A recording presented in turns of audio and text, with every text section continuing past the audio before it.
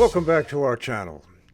I'm Joe Caffrey, president of Worldwide Business Brokers, a company that I founded back in 2001 to assist business owners finding buyers when it comes time to sell their business, which it inevitably will.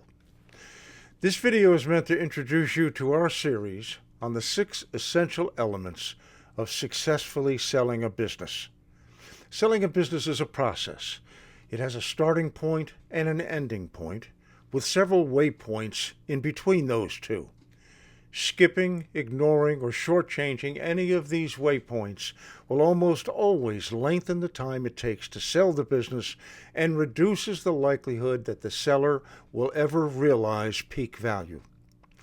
More deals fall through because process mistakes than price disagreements.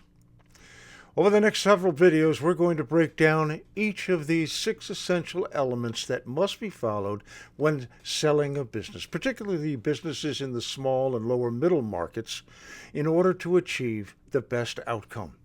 If you're a business owner, this introductory video is to let you know what's coming up in this series, why each step matters, and how skipping or mishandling any of them can derail the entire process. So let's get started. Up first, preparation and planning. Everything starts here. And this is where most sellers underestimate, some grossly so, the amount of work and time required to properly prepare their business for sale. Preparation isn't just about cleaning up the financials, although that is a major part of it. It also is about understanding what buyers are going to scrutinize, what they're looking for, identifying weaknesses before they become obstacles, and setting realistic expectations about value, time, deal structure. The better prepared a business, or even the buyer or the seller is, before it goes to market, the easier the whole process becomes.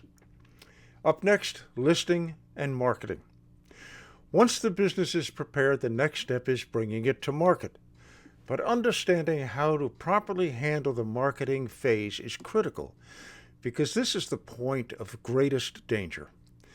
Marketing includes how the business is positioned, how it's represented, how it's presented to buyers, how it's described to buyers, who sees it, and how confidentiality, critical during this entire process, is maintained and protected. Marketing a business isn't like marketing a house.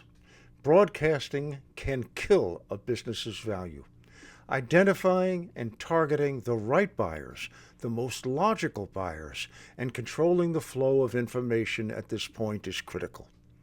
Poor marketing results in attracting the wrong buyers, and in many cases, no buyers at all. Poor marketing can damage your business and its value in several ways. Good marketing, on the other hand, attracts the right buyers at minimal risk. We'll go into this in depth. Next up, the offer. This is where most sellers get excited. Offers mean validation for what they've done. Build a business. Now, an offer is likely to come in a letter of intent, but it could come in a full-blown offer to purchase. But in this phase, buyers submit their offers, outlining the price they're willing to pay, deal structure that they want, the timing, and other terms and conditions, some of which are boilerplate, but some of which are things that are particular to the particular deal. So, how do you respond? Well, our counsel to our clients is to make sure that before we respond, they understand that an offer at this stage is a contingent offer. It's contingent on many aspects and conditions that have yet to be negotiated, and some have yet to be identified. This is where many sellers focus too narrowly on the headline number and miss deal terms that can dramatically impact risk and outcome. We'll talk about how to evaluate offers beyond the price and when an LOI might actually be worth paying attention to. Next up is due diligence. Now, this is where the work really begins. This is where deals either get confirmed or they completely fall apart. An offer at this stage is, as I just mentioned, a contingent offer, contingent on the results of the buyer's due diligence. This is where the buyer begins digging deep into the business, turning over every rock and looking into every crevice. Financials, the operations, the contracts, the employees, bank records, taxes, corporate governance, and any other aspect of the business that the buyer can possibly think of that could contain a modicum of risk. Sellers are often surprised and sometimes offended by how invasive this process can become. The key to weathering the buyer's due diligence, though, is understanding that a buyer is, at this point, on the verge of committing to hand over to you much, if not all, of their life savings, their family's financial future. If you grasp that, you'll understand why they're skeptical and why they seem to be performing what has long been characterized as the analytical equivalent of a proctology exam. We'll dive deeply ourselves, no pun intended, into this issue and what you should expect and how you should prepare for what is going to seem to be a very difficult study period. The next element is deal structure. Two deals, two offers with the same price can produce very different outcomes. Roughly 80% of businesses don't sell when they first come to market. Many times this is because of what is discovered during the due diligence period. But if you've prepared properly, the buyer's due diligence is unlikely to sink your deal. So how do you structure that deal? Deal structure determines how you get paid, when you get paid, sometimes how much you get paid, and how much risk you're carrying into the future, and how long you carry that risk.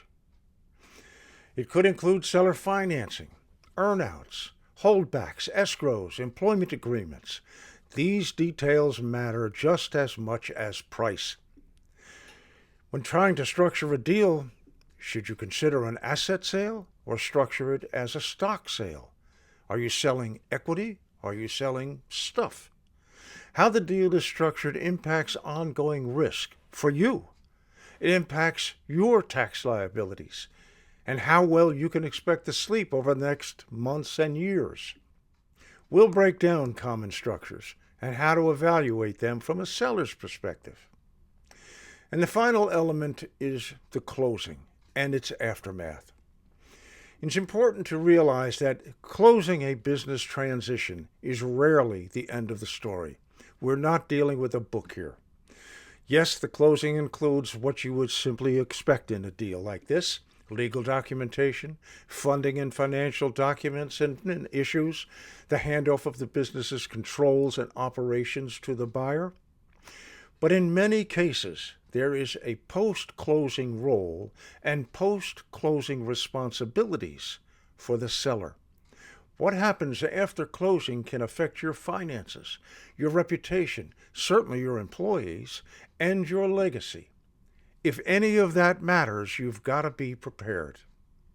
We'll talk about how to close cleanly and what sellers should expect once the deal is signed, sealed, and delivered, and the proverbial keys are exchanged for a sizable bank transfer. So, selling a business is one of the most complex financial transactions most business owners will ever undertake. It's also almost always going to be the largest. Over this series, we'll take each of these 6 elements one at a time, explaining what to expect, where sellers get tripped up, how to prepare, and how to navigate the process intelligently and effectively to increase the odds of a successful transaction. Our tagline has long been, "Every business that doesn't fail will sell." Every one. This includes yours. Now, you may not be ready to sell at the moment, but if your business is even moderately successful, selling is almost inevitable. If you're a business owner, this series is for you. So in our next video, we'll focus on the first element of this process, the preparation. So subscribe so you don't miss that one or any of the subsequent videos in this series. In the description below, I've included links to several valuable resources related to valuing, brokering, or selling businesses. And leave a comment, especially if you have any questions about this process or about selling your business. I'll address them all as we go through this series. In the meantime, if you found this video helpful, hit that like button. It'll help us. And don't forget to subscribe. Finally, thanks for watching, and I'll see you in the next video.